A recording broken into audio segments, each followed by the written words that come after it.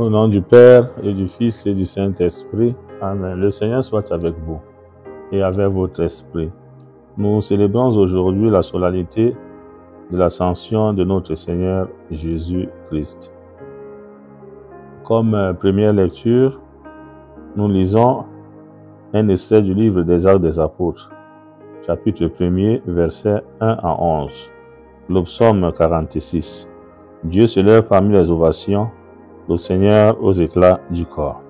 La deuxième lecture est un extrait de la lettre aux Hébreux, chapitre 9, versets 24 à 28 et chapitre 10, versets 19 à 23. L'évangile est celui de notre Seigneur Jésus-Christ selon Saint Luc, chapitre 24, versets 46 à 53. Dans la première lecture, nous lisons ceci. Cher Théophile, dans mon premier livre, j'ai parlé de tout ce que Jésus a fait et enseigné depuis le moment où il commença jusqu'au jour où il fut enlevé au ciel, après avoir par l'Esprit Saint donné ses instructions aux apôtres qu'il a choisis. Quand nous récitons le chapelet ou le rosaire, les mystères glorieux de notre Seigneur Jésus-Christ, l'ascension fait partie du mystère glorieux. Et comme fruit du mystère, nous disons ceci, le désir du ciel. Donc ça signifie que nous sommes des pèlerins sur cette terre. Nous sommes en marche. Notre Seigneur Jésus-Christ est élevé au ciel, là où il nous attend. Le ciel est notre vraie patrie. Donc, comme voyageurs et pèlerins sur cette terre, nous devons travailler et nous efforcer de rechercher le ciel.